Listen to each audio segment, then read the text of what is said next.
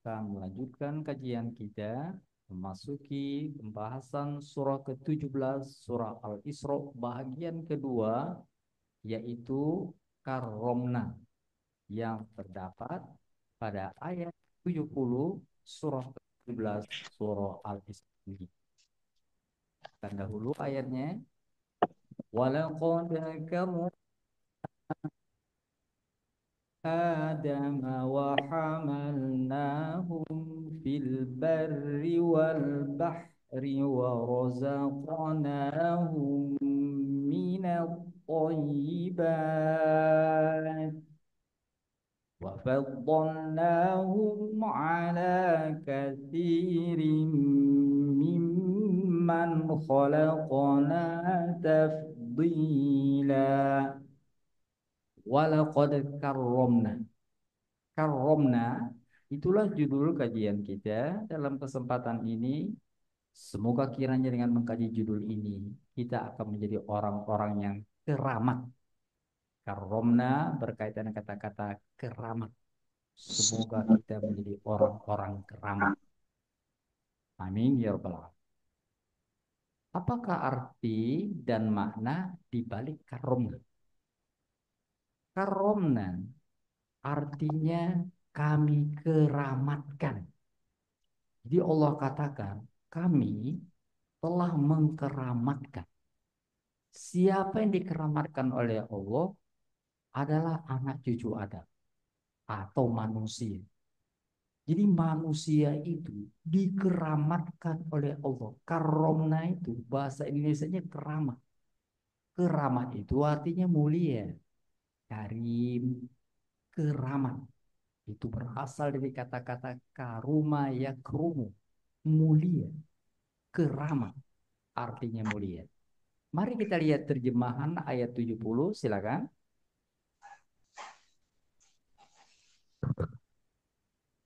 Walaqad karramna, terjemahnya coba. Dan sungguh kami telah memuliakan anak cucu Adam dan kami angkut mereka di darat dan di laut. Dan kami beri mereka rezeki dari yang baik-baik dan kami lebihkan mereka di atas banyak makhluk yang kami ciptakan dengan kelebihan yang sempurna. Nah, Allah kami telah keramatkan, kami telah muliakan anak cucu Adam termasuk Nabi Adam sendiri. Kami beri kelebihan atas makhluk yang lain. Makhluk selain manusia itu banyak. Di selain komunitas manusia dimulai dengan Nabi Adam, ada komunitas malaikat, ada komunitas jin. Itu yang tidak dapat kita lihat dengan mata kepala kita. Ada komunitas binatang, komunitas tumbuh-tumbuhan. Dari semua komunitas yang ada, dari kelompok manusia, dari kelompok jin, dari kelompok malaikat, maka komunitas yang paling mulia, makhluk yang paling mulia adalah manusia. Apa buktinya? Ketika ada manusia diciptakan Allah, itu malaikat termasuk di sana jin, itulah yang nanti menjadi iblis, itu disuruh sujud oleh Allah Subhanahu wa taala kepada Nabi Adam, menghormati Nabi Adam. Itu bukan sekedar demonstrasi biasa. Adam diciptakan, wahai malaikat, termasuk di sana iblis, sujud kepada Allah. Kan sujud dalam artian sujud yang kita kenal bukan, itu mengandung suatu makna bahwa manusia itu mulia, muliakan makhluk ciptaanku ini. Itu sangat mulia. Itu arti manusia adalah makhluk yang mulia, yang dikeramatkan oleh Allah. Alangkah lucunya, manusia yang mulia ini malah mengkeramatkan yang lain-lain. Ini gunung keramat, ini pohon keramat, ini batu keramat, ini keris keramat. Yang keramat itu manusia. Dan yang mengkeramatkannya adalah Allah Subhanahu wa Ta'ala. Oleh karena itu, arti dari karomna adalah kami keramatkan. Makna di baliknya adalah menyadarkan manusia untuk menyadari keramat dirinya, mulia dirinya, dan menjaganya dengan baik. Itu makna dari karunia. Hai manusia, kalian telah kami keramatkan. Kenapa mengkeramatkan yang lain? Kalian yang paling keramat. Hai manusia, kalian telah kami keramatkan. Jaga keramatmu, karena ada yang iri. Siapakah yang iri? Ketika manusia dikeramatkan, dimuliakan oleh Allah, itu dia iblis, jin terbaik di masanya, yang berdampingan dengan malaikat. Sehingga saat Adam diciptakan, ia turut ada di sana. Dia sakit hati.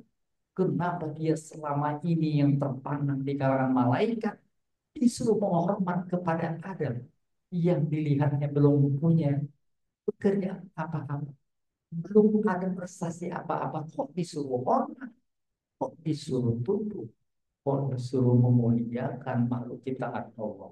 Itu dikatakan di surat 17 ini, protes dari iblis, jin yang semula terhormat merasa tersinggung karena keramat dirinya telah diatasi oleh keramat Adam. Mari kita lihat surat 17 mulai ayat 61. Wa in qulna lil malaikati isjudu li Adam fasajadu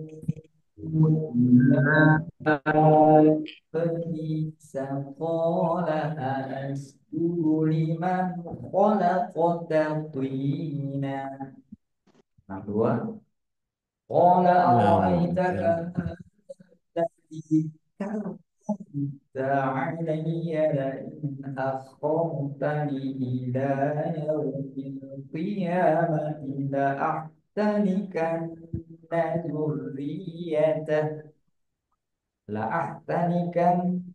ذريته إلا قليلا. Dan terjemahan ayat 61 dan 62. Dan ingatlah ketika kami berfirman kepada para malaikat, sujudlah kamu semua kepada Adam. Lalu mereka sujud kecuali iblis. Iblis berkata, apakah aku harus bersujud kepada orang yang engkau ciptakan dari tanah? Anak kemarin sore, kau suruh aku sujud ya Allah kepadanya. Lanjut. Iblis berkata, terangkanlah kepadaku, inikah yang lebih engkau muliakan daripada aku? Sekiranya engkau memberi waktu kepadaku sampai hari kiamat, pasti akan aku sesatkan keturunannya, kecuali sebagian kecil. Apakah ini yang telah kau keramat lebih kau muliakan dari aku? Sungguh kalau kau beri aku tanggung, tidak mati-mati sampai hari kiamat, akan kusesatkan mereka sehingga mereka tidak sadar. Mereka lah yang terkeramat. Mereka tidak sadar. Mereka menjadi penyebab. Oh, juga kita. Itulah dia arti dan makna dibalik karomah. Arti karomah kami kata Allah mengkeramatkan, memuliakan manusia. Makna dibaliknya, wahai manusia sadarlah, tidak manusia ini mulia, jaga kemuliaan kita. Itulah arti dan makna dibalik judul karomah. Sekarang kita masuki bagian yang kedua, pembahasan terakhir kita di surah 17 ini adalah ia ahsan, cara yang baik, cara yang baik. Bila judul yang menjelaskan tentang perintah Allah agar kita melatih bicara yang baik.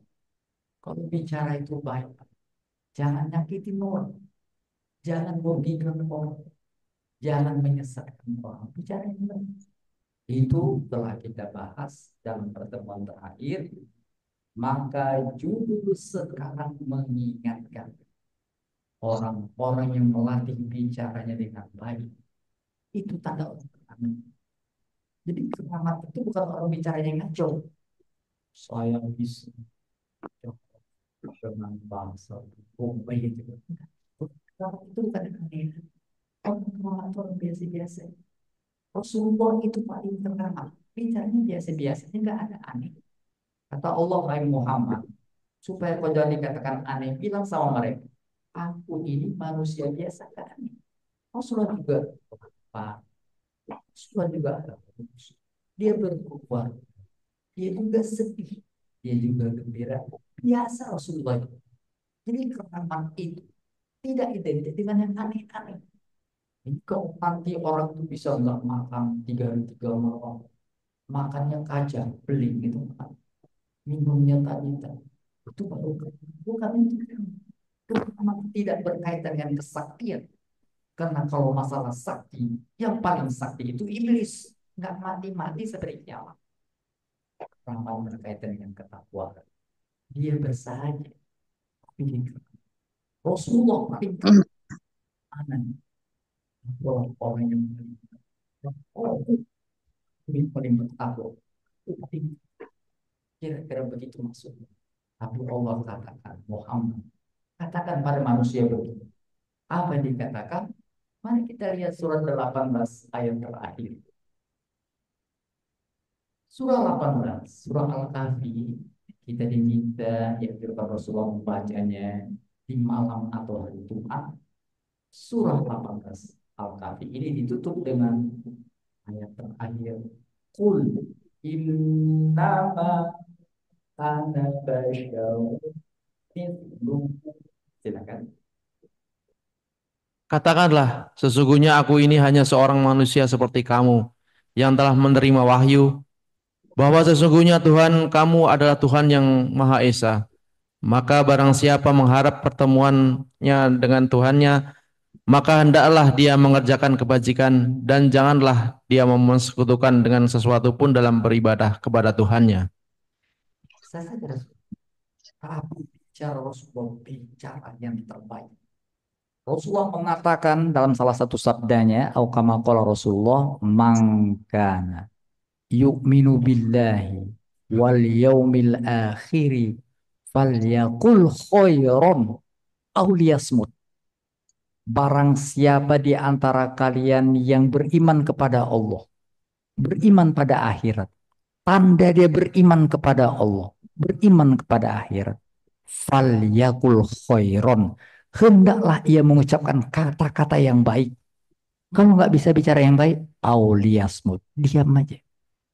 Oleh karena itu, bila judul yang lalu menjelaskan perintah Allah agar kita menjaga bicara, maka judul sekarang mengingatkan bahwa menjaga bicara, berlatih bicara yang baik adalah salah satu tanda orang yang mulia dan cara mendapatkan kemuliaan.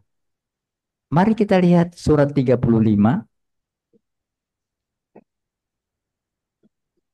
Pada surat 35, surat Fatir, ayat 10 dikatakan begini. Man kana yuridul izzata falillahil izzatu jami'a ilaihi yas'adul kalimut thayyibu wal 'amalus salihu yarfa'u. Silakan. Barang siapa menghendaki kemuliaan, maka ketahuilah kemuliaan itu sesungguhnya milik Allah. Kepadanya lah akan naik perkataan-perkataan yang baik dan amal kebajikan. Dia akan mengangkatnya.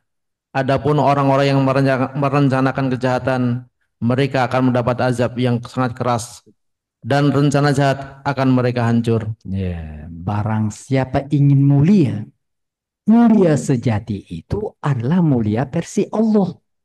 Banyak orang dimuliakan, tapi yang memuliakannya orang-orang hina. Mulia sejati, kalau Allah katakan mulia, itu baru mulia. Siapa ingin mendapatkan kemuliaan sejati? Carilah kemuliaan yang konfirmasi dari Allah. Bagaimana meningkatkan kemuliaan?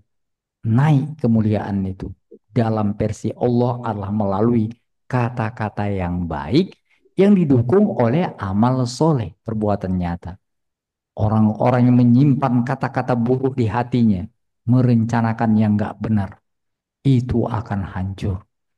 Itulah intisari ayat ini yang tadi berkaitan dengan siapa ingin keramat, bicara yang baik. Dan memang ciri khas manusia itu adalah kemampuan berbicaranya. Oleh karena itu salah satu cara mendapatkan kemuliaan adalah bicara yang baik. Itulah hubungan judul yang lalu dengan judul sekarang. Sampailah kita kepada bagian terakhir, pesan-pesan. Bagaimana menjaga kemuliaan. Kita bersyukur terpilih menjadi manusia. Bayangkan kalau kita diciptakan jadi kucing, kucing gitu, diusir-usir orang, kadang-kadang ada yang ngasih makan, ada yang enggak, kadang-kadang ketabrak, tidak ada yang peduli. Syukurlah kita enggak menjadi kodok, menjadi bancet itu. Diciptakan jadi manusia itu mahal.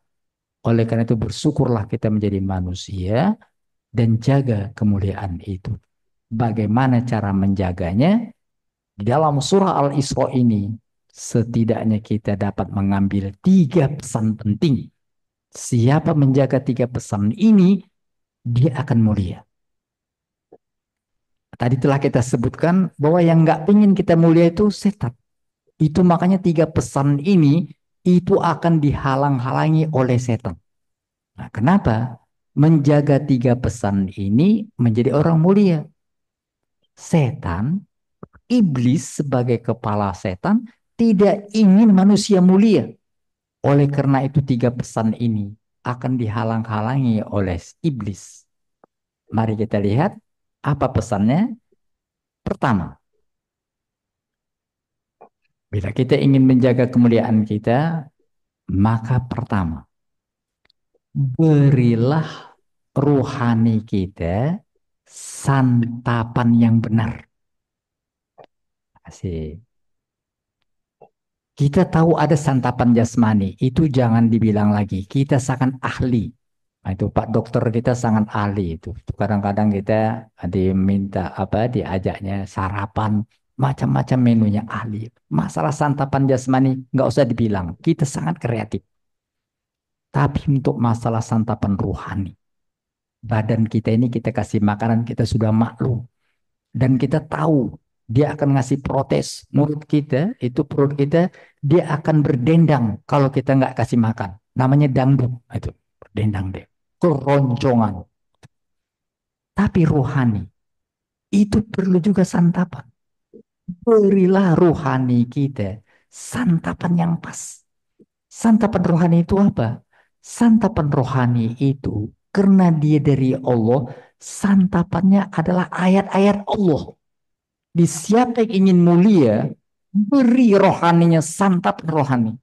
Bila ingin mulia, perhatikan Al-Quran. Pelajari Quran dengan baik. Itu yang pertama.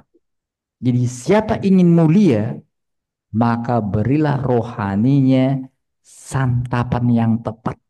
Apa santapan rohani yang tepat? Al-Quran. Mari kita lihat surat 17.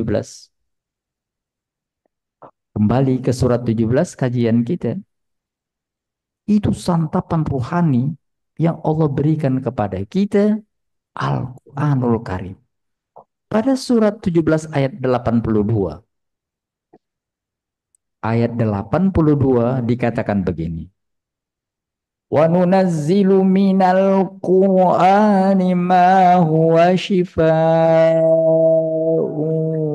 wa rahmatul lil mu'minin. Silakan.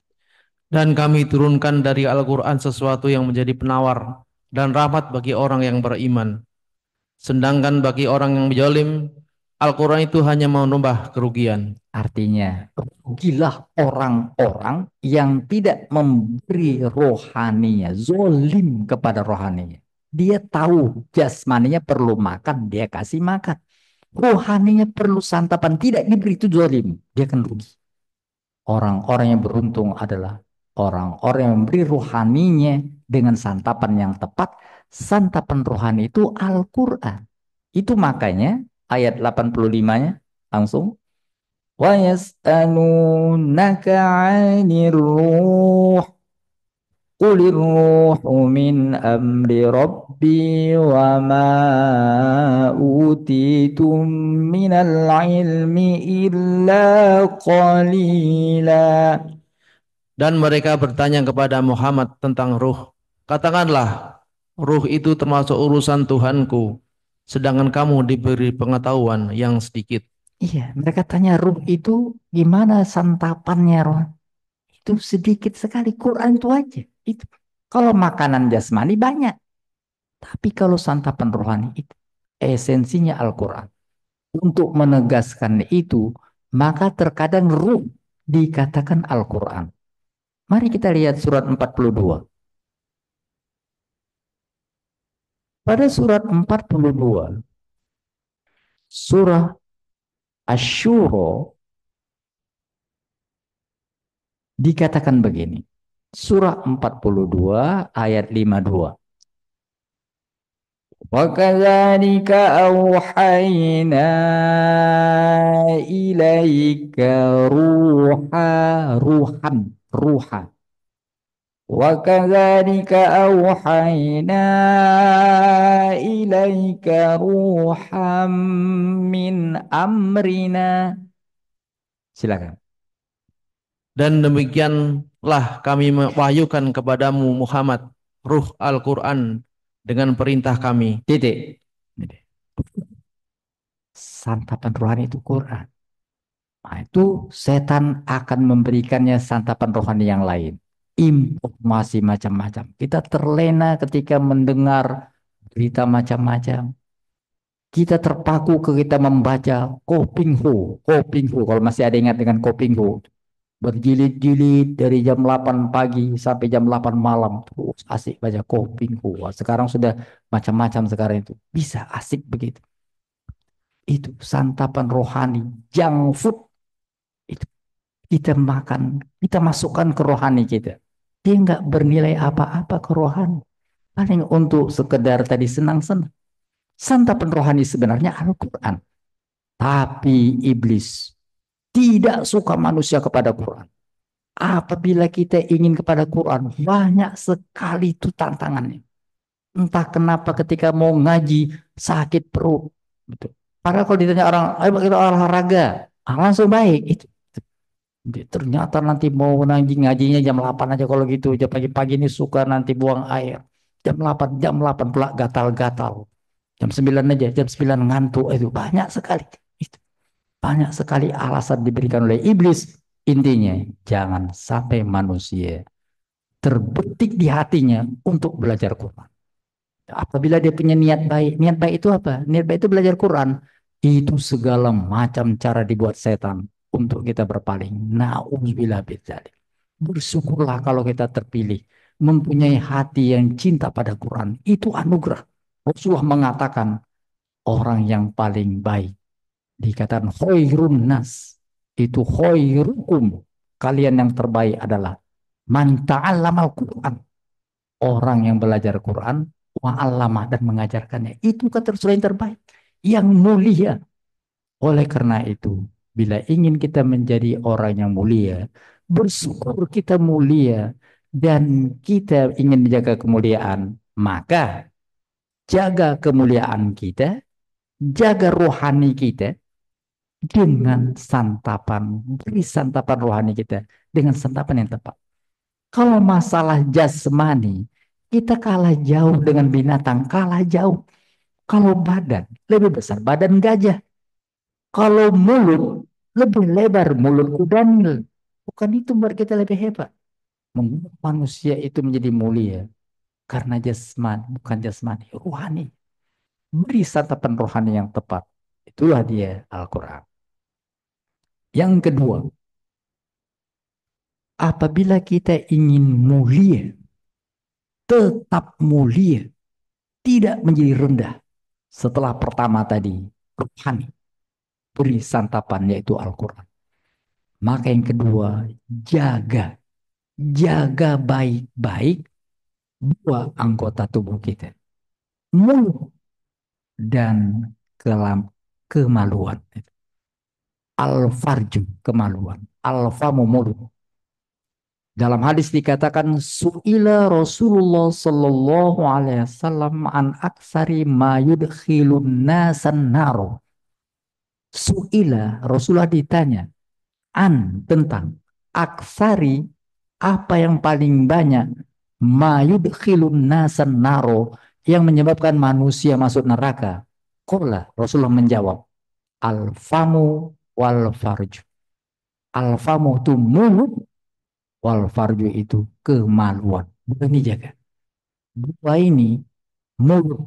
Mulut sudah kita bahas, bicara yang baik sudah. Satu lagi mulut nih makan. Jangan makan makanan yang tidak baik. Jangan makan makanan yang haram.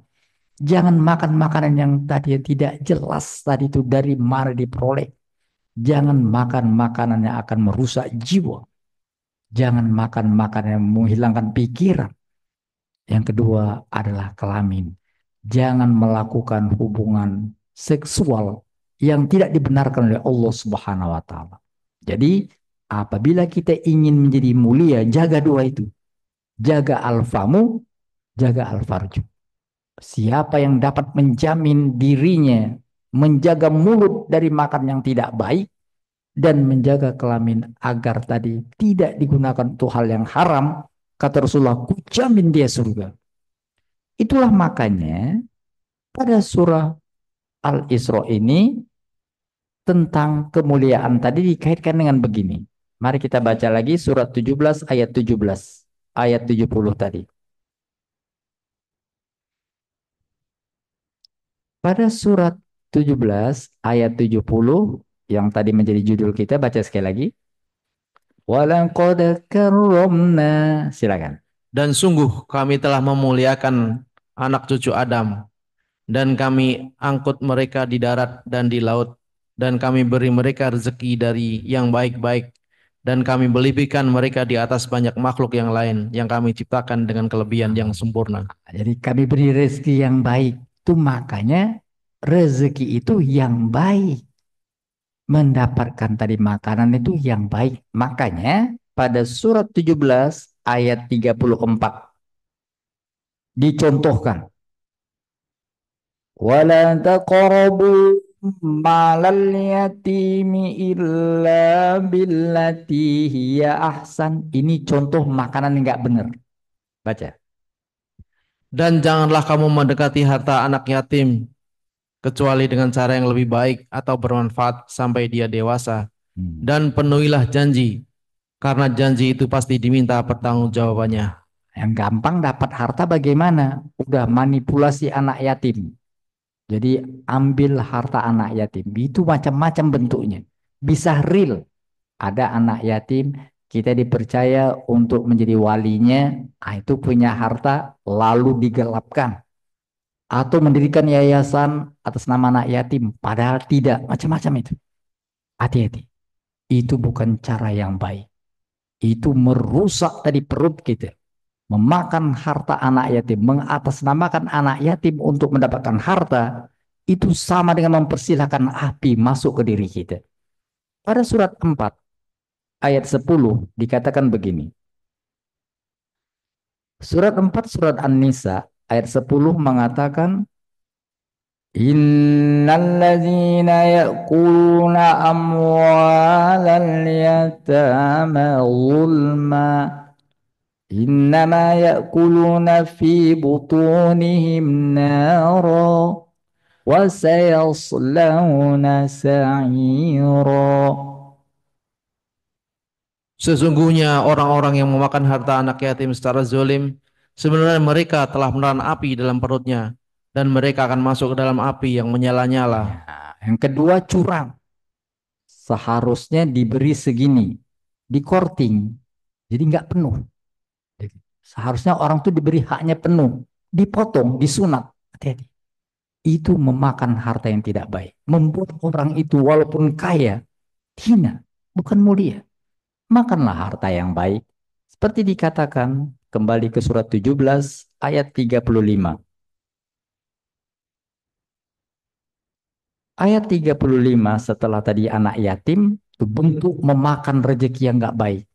Maka yang ke-35 Wa auful kaila idza kiltum wazinu bil qisṭasil mustaqim.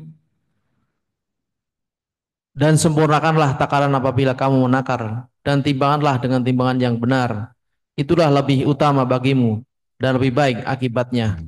Jaga mulut, jangan sampai menyantap makanan dari hasil yang tidak benar karena diambil dengan curang harta anak yatim atau memanipulasi harga atau timbangan dan mendapat keuntungan tapi dengan cara yang tidak benar. Untuk kelamin dikatakan di ayat 32. Wala taqrabuz zina innahu kana fahishatan wa sa'a sabila. Dan janganlah kamu mendekati zina, karena zina itu sungguh suatu perbuatan yang keji dan suatu jalan yang buruk. Nah, itu jalan juga untuk mendapatkan anak. Nggak usah kawin juga kalau dapat anak berzina aja. Iya, tapi itu jalan yang buruk. Kasihan itu anak. Dia tidak bersalah apa-apa, tapi menjadi kata-katain orang. Oleh karena itu jangan dekati zina. Nggak dikatakan jangan berzina. Jangan dekati. Untuk menegaskan jaga kehormatan diri. Jaga mulut dan kemaluan apabila kita ingin tetap mulia. Orang-orang yang makan sembarangan. Tidak peduli halal atau haram. Orang-orang melampiaskan hasrat seksual. Tidak peduli itu dibenarkan atau tidak. Allah katakan ini orang ini binatang, bukan orang. Itu makanya apabila orang kumpul serumah, tapi nggak nikah, kita katakan itu bukan orang. Itu kebo. Itu makanya kumpul kebo. Padahal bukan kebo, orang. Kok dikatakan kumpul kebo? Orang-orang yang melampiaskan hasrat seksual tapi tidak sesuai dengan petunjuk agama, itu orang itu tidak lebih hebat dari kebo. Kebo nggak perlu pakai surat nikah. Nah, itu. Oleh karena itu, pada surat 47 dikatakan begini. Surat 47 adalah surat Muhammad Sallallahu Alaihi Wasallam. Dikatakan orang ini bukan orang lagi. Dia nggak keramat lagi. Dia telah hina, bahkan lebih parah dari binatang. Mari kita lihat surat 47, surat Muhammad sallallahu alaihi wasallam ayat 12. Inna Allah yudkhilul ladzina amanu wa amilus solihati jannatin tajri min tahtihal anhar. Sungguh Allah akan memasukkan orang-orang yang beriman dan mengerjakan kebajikan ke dalam surga yang mengalir sungai-sungai di bawahnya. Titik. Orang beriman itu benar-benar orang. Dikeramatkan Allah, dimuliakan, dipersilakan ke surga. Lanjut. Dan orang-orang yang kafir menikmati kesenangan dunia dan mereka akan makan seperti hewan makan dan kelak nerakalah tempat tinggal mereka. Ada orang juga, tapi kafir. Maksudnya dia makan sembarangan seperti binatang, nggak tahu aturan. Bersenang-senang melampiaskan hasrat seksual seperti binatang. Karena dia binatang, lihatlah binatang dunia ini. Binatang di dunia ini, kebo atau saudaranya sapi, itu berakhir dengan panggang. Dipanggang sapi, bakar, kambing, guling. Itu. Jadi orang-orang ini karena memang adalah manusia, tetap saja hadir di akhirat, tapi tempatnya di panggangan yang namanya neraka. Na'udzubillah min zalik. Kenapa? Karena tidak menjaga kemuliaan dirinya. Itu yang kedua, yang terakhir. Setelah pertama tadi, beri rohani santapan Al-Quran. Yang kedua, jaga mulut dan kelamin. Yang ketiga, syukuri nikmat. Syukuri nikmat yang Allah anugerahkan. Mari kita lihat surat 17 ayat 83. Syukuri nikmat. Jadi mensyukuri nikmat itu artinya berbagi. Mari kita lihat surat 17 ayat 83. Dan apabila kami berikan kesenangan kepada manusia, niscaya dia berpaling dan menjauhkan diri dengan sombong. Dan apabila dirinya ditimpa kesusahan, niscaya dia akan berputus asa. Itu manusia itu. Dikasih cobaan nggak punya harta, langsung sedih. Dikasih harta, buat maksiat. Itu orang tidak mengerti dengan bagaimana mempergunakan nikmat Allah. Seharusnya nikmat Allah itu digunakan untuk yang baik. Itu namanya syukur.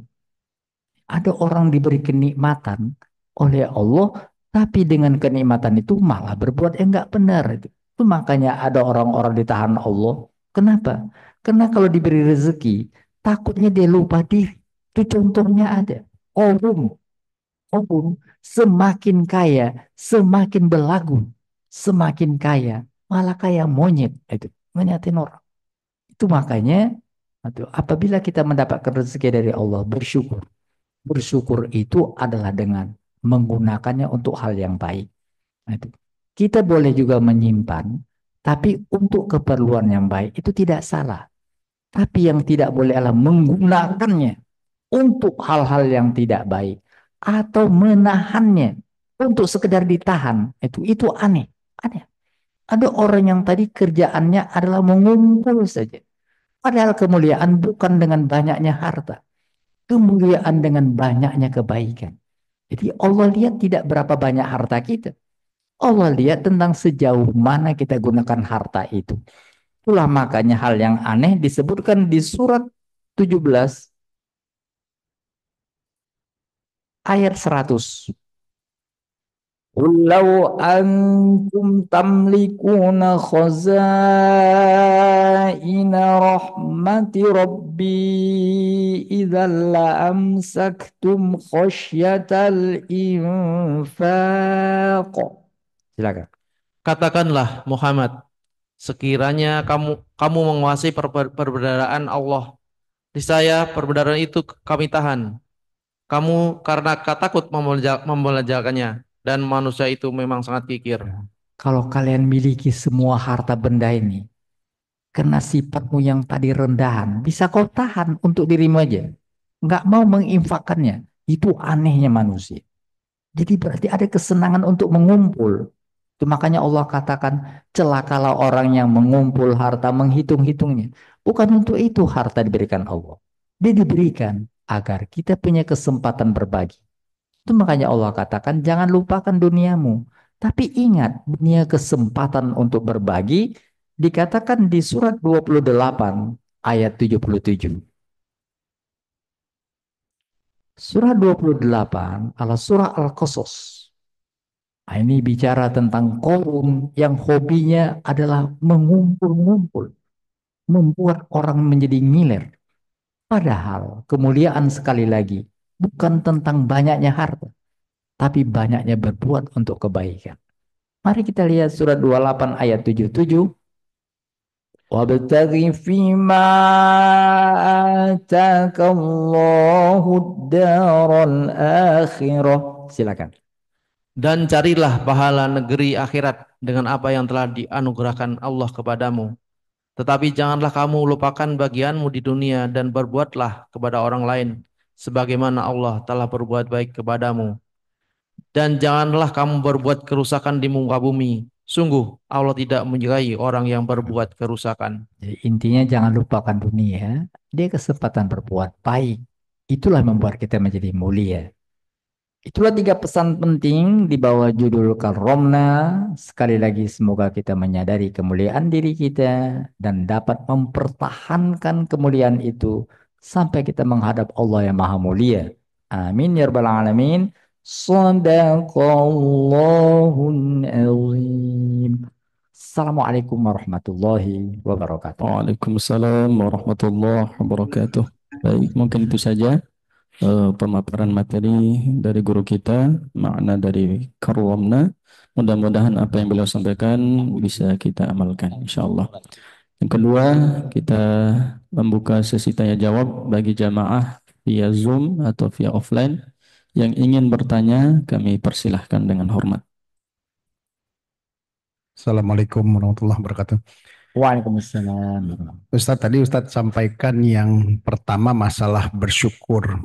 Nah, ini memang eh, cukup menggelitik karena saya beberapa hari lalu juga ada sempat bahasan tentang itu. Memang eh, bagaimana pentingnya kita bersyukur, terutama bersyukur bahwa kita dilahirkan sebagai Muslim, Ustadz. Nah, ini eh, minta barangkali Ustadz lebih mengupas sedikit tentang masalah bersyukur kita dilahirkan sebagai umat Muslim karena ini ya memang dijanjikan Allah tidak lain tidak bukan yang bisa masuk surga itu hanyalah umat Muslim. Coba bayangkan kan kita tidak bisa memilih ya Ustadz ya. Tidak bisa memilih apakah kita dilahirkan dari orang tua yang muslim atau non muslim. Nah, kalau orang tua yang non muslim ya udah kita akhirnya mesti berjuang untuk mendapatkan bisa menjadi muslim. Itu satu. Terus kemudian yang kedua tadi tentang surat Al-Isra ayat 62 di mana eh, setan di ujung ayat itu kan menjanjikan hanyalah sebagian kecil, Ustadz. Nah, itu apakah ada memang ketentuan Allah hanya sebagian kecil saja dari kita yang akhirnya bisa masuk surga, Ustadz? Terima kasih Ustaz. Assalamualaikum warahmatullahi wabarakatuh. Waalaikumsalam. Maksud sebagian kecil itu dulu ya. Maksud sebagian kecil itu bukan artinya tadi itu bahwa sedikit yang masuk surga, bukan. Maksud sebagian kecil itu artinya iblis itu berjanji bahwa dia akan sesatkan semua. Paling yang bisa tadi selamat hanya sedikit, gitu maksudnya. Itu tekad dia. Aku akan sesatkan mereka, nggak ada yang selamat kecuali sedikit. Itu kata-kata dia, janji dia, menunjukkan tekad. Nah, kata Allah silakan yang dapat kau ikut, yang dapat kau bujuk, mereka ikut denganmu ke neraka. Tapi ingat, nggak semuanya kau bisa goda. Ada abdiku. Itulah tadi orang-orang yang menyadari keramat dirinya nggak tersentuh dengan setan. Sayangnya banyak manusia yang lupa diri, nggak tahu dirinya mulia. Itu makanya Al-Isra yang kita kaji menjelaskan tentang kita mulia. Jadi manusia saja mulia. Jangankan jadi muslim, jadi manusia saja sudah mulia. Apalagi kalau kita menjadi muslim. Karena manusia sebenarnya dilahirkan ketika lahir sudah muslim. Kullu mauludin yuladu alal fitrah. Semua manusia lahirnya itu muslim. Dia lahir ketika telah berjanji kepada Allah, kaulah Tuhanku, sudah muslim. Makanya namanya fitrah. Dan kalau dia tidak berada ketika lahir dalam keadaan macam-macam, itu suara hatinya tetap bergema. Tetap bergema bahwa dia mempunyai Allah. Dia akan cari itu. Tergantung. Tergantung tadi kuat atau enggak kekuatan itu. Dan jangan dikatakan bahwa kalau dia dilahirkan keluarga non-muslim, pasti non-muslim. Enggak juga. Nah, itu banyak contohnya. Konon Siddhartha Gautama, ala pangeran yang walaupun tadi diberi kemewahan, dia menggeruti panggilan jiwanya. Ada Tuhan.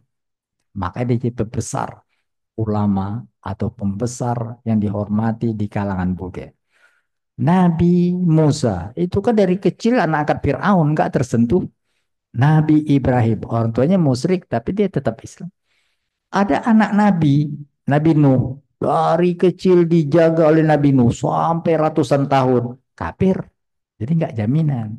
Tapi memang dalam kenyataannya, sedangkan orang yang Muslim saja bisa dirusak, apalagi non Muslim. Itu makanya tadi yang pertama, yang kedua tadi maksud bahwa sedikit bukan ketentuan Allah. Allah tadi mengatakan bahwa oke, itu tekadmu dan siapa yang bisa kau sesatkan silakan. Ada abdi-abdiku yang kau tidak akan dapat sentuh. Itulah makanya Allah katakan begini, jaga diri kalian, jaga kemuliaan diri. Seperti dikatakan di surat 5 ayat 105. Mari kita lihat surat 5 105. Pada surat 5 ayat 105, walaupun iblis berjanji begitu, jangan takut, jaga diri. Ya ayyuhalladzina amanu alaikum anfusakum. Silakan. Wahai orang-orang yang beriman, jagalah dirimu karena orang yang sesat itu tidak akan membahayakanmu apabila kamu telah mendapatkan petunjuk. Hanya kepada Allah kamu semua akan kembali, kemudian Dia akan menerangkan kepadamu apa yang telah kamu kerjakan. Bagaimana sih caranya agar kita tetap bersyukur? Maka yang paling mudah adalah hayati doa Nabi Sulaiman. Hayati. Itu tertera di surat 27 ayat 19. Mulai dari situ. Bagaimana sih caranya bersyukur? Hayati doa ini. Pada surat 27, bahkan seorang nabi namanya Sulaiman, dia nabi yang paling kaya. Nabi berarti dia orang yang mulia, cerdas, sehingga menjadi hakim, mengalahkan ayahnya Daud. Allah puji Sulaiman, orang yang kaya, orang yang ternama, orang yang cerdas, semua dimilikinya. Tapi dia tetap mohon pada Allah, ya Allah bimbing aku, bagaimana sih caranya bersyukur yang baik. Lanjut, ayat 19. Fatabassama dhahikan min qawliha. Maka dia Sulaiman tersenyum lalu tertawa karena mendengar perkataan semut itu. Dan dia berdoa, ya Tuhanku, anugerahkanlah aku ilham untuk tetap mensyukuri nikmat-Mu yang telah Engkau anugerahkan kepadaku dan kepada kedua orang tuaku. Dan agar aku mengerjakan kebajikan yang Engkau ridhoi. Dan masukkanlah aku dengan rahmat-Mu ke dalam golongan hamba-hamba-Mu yang soleh. Jadi intinya adalah tetap bermohon kepada Allah supaya dapat bimbingan. Yang kedua, lakukan perbuatan baik dengan ikhlas. Itu tanda syukur, ikhlas. Baru yang ketiga, bergabunglah dengan orang-orang yang baik. Kira-kira begitu. Baik Ustadz, terima kasih Ustadz. Nah, Mudah-mudahan jadi tambahan ini penguat Ustadz. amin. Kasih. Assalamualaikum Pak Mungkin Ustadz. ada yang masih bertanya di via Zoom, kami persilahkan. Assalamualaikum Pak Ustadz. Waalaikumsalam Pak Bajus. Waalaikumsalam warahmatullahi wabarakatuh. Pertanyaan yang pertama tadi disebut ruhan, ya itu yang dimaksud Al-Quran. Apa kaitannya dengan dalam surat Al-Sajdah disebutkan summa sawwahu wa nafakha fihi min ruh wa ja'ala lakumus sam'a wal absara wal afidah qalilan ma tashkurun. Di situ ruh ciptaan Allah yang dimasukkan di dalam diri manusia. Ada pertanyaan yang memang suka anak muda kebingungan kalau ditanya temannya yang bukan Islam. Allah itu siapa? Di mana siapa? Nah, ini kaitannya dengan ruh tadi yang dimasukkan, bahwa Allah menjadikan kita penglihatan, pendengaran, dan sebagainya itu kan alat untuk supaya roh itu tetap bertaat kepada Allah. Maka ruh ini apa kaitannya dengan ruhan tadi yang disebut dengan Al-Quran, dengan ruh yang diciptakan Allah yang masuk di dalam diri manusia. Satu, Pak. Yang kedua, itu tadi soal menjaga mulut. Kan sombong kadang-kadang ya. Tapi ada berkelakar ya. Sombong tapi sebenarnya berkelakar. Tapi terjadinya setelah beberapa tahun. Orang yang sombong menyebutkan kan kalau orang-orang muda sudah bekerja dapat beli ini, dapat beli ini, wah berceritanya kayak bener-bener. Nah kemudian ada salah satu yang bercerita, nah beli kok cuman itu, mau kok sorry saya nih loh, belinya tanah yang luas sampai hektaran karena memang murah, tapi dia sekedar hanya bukan bukan niat sombong benar, hanya mau anu saja. Tapi ternyata sekian tahun hilang itu tanah, Pak. Ya. Naudzubillah min dzalik. Apakah sombong itu walaupun berkelakar itu tidak boleh? Itu yang pertanyaan kedua. Yang ketiga soal umrah. rasional tentang menjaga makanan anak, menjaga makanan, yaitu anak yatim. Sekarang ini kan yang dulu memang benar-benar untuk untuk merawat, untuk mengasuh anak-anak yatim dulu. Tapi sekarang ini kan anak yatimnya tidak banyak. Nah, dengan menggunakan anak yatim, dia tetap mencari nafkah, mencari sumbangan untuk anak yatim. Nah, ini apakah termasuk termasuk makanan yang tidak halal kalau itu digunakan untuk hal yang lain? Ya, ya karena apa? Anak yatimnya sedikit. Yang lainnya itu ya orang-orang yang dititipkan oleh orang tua di situ. Ini kejadian yang salah. Nah, yang apakah kaitannya dengan fatwa MUI? Apakah MUI juga mengingatkan, mengatur dalam hal yang berkaitan dengan pengasuhan anak yatim? Terima kasih, Pak. Maaf, ini 3 pertanyaan. Jadi di surat sajadah yang sering kita di masjid ini kan harus setiap subuh Jumat kan bacanya surah As-Sajadah ya ayat 9 itu summasawahu wa nafakhu fihi min ruhihi itu artinya itu Allah memberikan atau meniupkan ruhnya kepada kita. Ruh itu energi kehidupan untuk manusia ruhnya itu spesial. Jadi kalau binatang itu kan punya semuanya kan bernyawa ya, roh itu katakanlah nyawa tuh. Tapi untuk manusia itu dia tingkatan roh tertinggi. Itulah makanya malaikat walaupun makhluk roh tapi hormat itu untuk menunjukkan bahwa di manusia ini energi hidup kita, ini badan kita namanya jasmani. Itu suatu yang di dalam itu namanya rohani. Ruh Allah itu ruh. Makanya namanya ruhani, ruh ilahi. Nah Hmm. itu ruh gila itu kita nggak tahu bagaimana. Kamu cuma sedikit tentang ruh itu yang kamu tahu, kata Allah. Apa yang kamu tahu? Bahwa dia ada itu aja yang kita tahu. Tapi gimana ngasih makannya? Itulah makanya ruh ilahi yang dititipkan kepada kita, membuat kita mulia ini, itu dirawat dengan Al-Quran, itu maksudnya. Jadi ruh di ayat 9 adalah ruh yang membuat kita hidup dan mulia. Ruhan yang artinya Quran adalah santapan supaya roh itu terawat dengan baik. Itu yang pertama. Yang kedua kesombongan, itu memang kesombongan tadi itu intinya di hati ya. Jadi la yadkhulul jannata mangkana fi qalbihi misqala dzarrah min kibrin. Nggak masuk surga, tak masuk surga orang di hatinya itu masalah hati. Masalah mulut itu bisa dimaklumi, tapi tetap saja hati-hati jangan sampai bicara kita itu akan membuat orang menjadi sakit ya. Tapi kalau untuk saja itu juga jadi kita mesti takar ya berlatihlah untuk bicara yang baik itu kadang-kadang untuk peringatan diberi Allah macam-macam peringatan seperti tadi itu mungkin sebagai peringatan ya jangan bicara begini nanti itu yang banyak pelajaran kalau di Mekah itu walaupun cuma kelakar saja di Mekah itu banyak orang yang menceritakan kelakar saja katanya banyak mayat kok nggak ada. Nah, itu padahal cuma itu aja toto lewat jenazah itu jadi itu itu yang sering tadi ditegur itu ketika di Mekah itu sering ditegur. Kalau bicara kita walaupun kelakar sering ditegur. Tadi mungkin sebagai teguran saja agar kita berlatih bicara yang baik. Tentang yang ketiga tadi Bapak, yang ketiga tadi Pak. Ya. Untuk apa Oh sih? yatim ya tentang yatim itu makanya yang tadi baiknya jangan bilang yatim, bilang saja yayasan yatim dan duafa. Nah, kalau duafa itu kata-kata duafa bisa. Duafa itu tidak mesti yatim.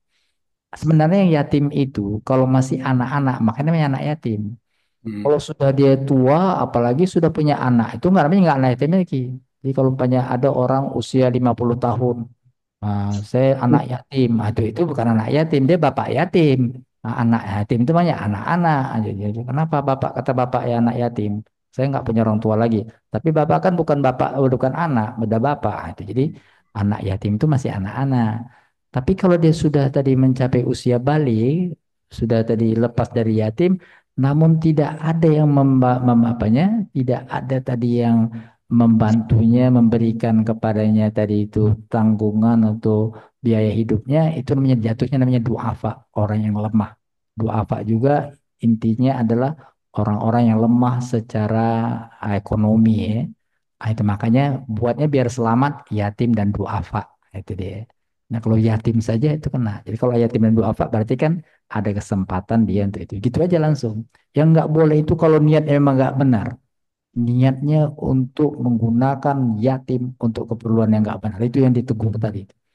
Itulah makanya kalau kita memberikan bantuan untuk yatim itu atau ada orang minta antar yatim itu mesti hati-hati. Takutnya nanti disalahgunakan.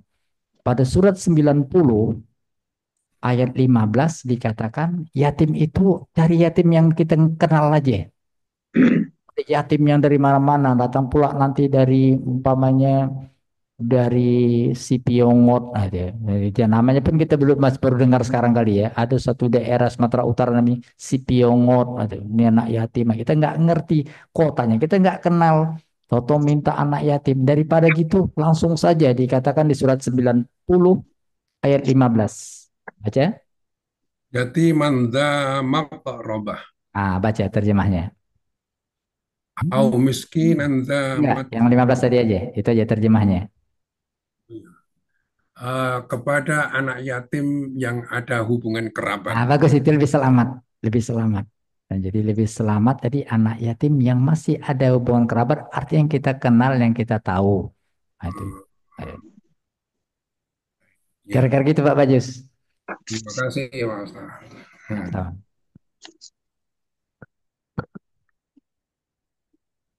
Baik, terima kasih. Mungkin itu saja pertanyaan dari jamaah via Zoom atau via offline. Mudah-mudahan bisa kita ambil pelajaran atau ambil hikmah di balik pertanyaan tersebut, insya Allah. Kemudian selanjutnya adapun pesan penting, 3 pesan penting pada makna daripada karwamna. Yang pertama, bila kita ingin menjaga kemuliaan kita, berilah ruhani kita santapan yang benar, yakni perhatikan Al-Quran kita dengan senantiasa membaca Al-Quran. Yang kedua, bila kita ingin menjaga kemuliaan kita, jaga baik-baik 2 buah anggota tubuh kita. Yang pertama, mulut kita, jaga makan makanan yang haram. Kedua, yakni jaga kemaluan kita, yakni dengan cara menjaga kehormatan dan tidak mendekati zina. Yang ketiga, pesan yang ketiga, bila kita ingin menjaga kemuliaan kita, banyak-banyak bersyukur atas nikmat yang Allah berikan kepada kita. Baik, mungkin itu saja. Sebelum kita tutup, mungkin ada tambahan dari Pak Syahrir. Kepada beliau kami persilahkan. Terima kasih.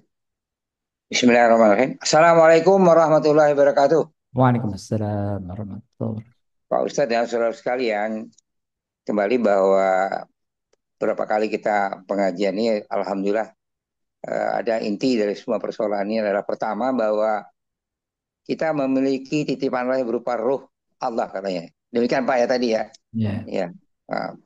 Tapi itu sedikit sekali yang kita tahu. Baiklah, itu soalan yang sudah dikemukakan tadi. Dan kemudian intinya adalah itu bersih, fitrah ya. Itu perlu dijaga. Dimulai dengan tentunya pedoman hidupnya, ya rohaninya ini dengan tadi katakan Al-Quran.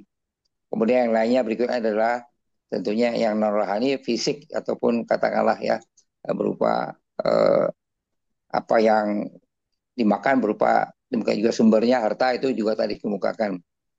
Dan kemudian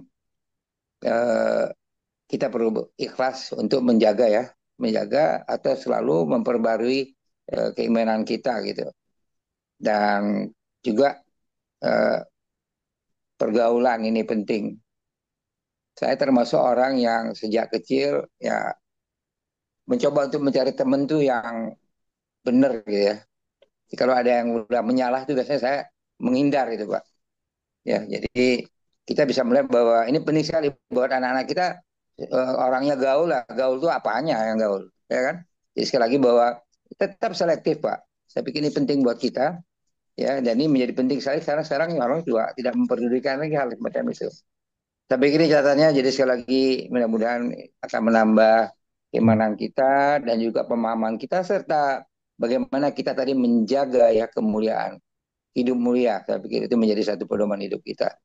Demikian, terima kasih. Mudah-mudahan ada manfaatnya. Mohon maaf. Wabillahi taufiq wal hidayah.